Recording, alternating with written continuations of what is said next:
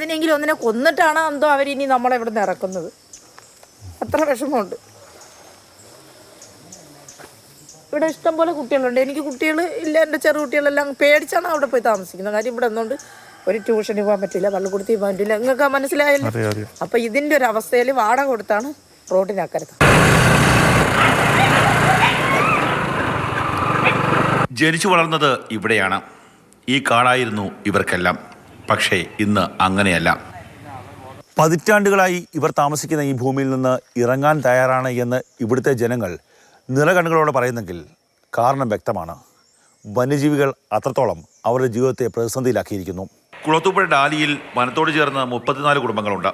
അവരെ ഇവിടെ നിന്ന് മാറ്റിപ്പാർപ്പിക്കാനാണ് സർക്കാർ തീരുമാനം. 15 ലക്ഷം രൂപയുടെ പുനരധിവാസ പാക്കേജാണ് സർക്കാർ മുന്നോട്ട് വെക്കുന്നത്. നമ്മളിവിടുന്ന് ഒഴിപ്പിക്കുമെന്നും പറഞ്ഞുകൊണ്ട് 3.5 വർഷമായി നമ്മുടെ കയ്യിൽ നിന്ന് പേപ്പർ ഭാഗങ്ങളെല്ലാം അവർ വാങ്ങി, പട്ടയവും പറ്റിയിട്ടിയും പ്രമാണവും മറ്റു കാര്യങ്ങളെല്ലാം വാങ്ങിയും ഇതുവരെയും ഒരു നടപടി അവരുടെ ഭാഗത്തുനിന്നും ഉണ്ടായിട്ടില്ല. 1960-ലാണ് കുടുംബങ്ങൾക്ക് പട്ടയം ലഭിച്ചത്. അന്ന് പട്ടയം ലഭിച്ചത് ആരുടെ പേരിലാണെന്ന രേഖകൾ ഇവരുടെ കൈവശമില്ല.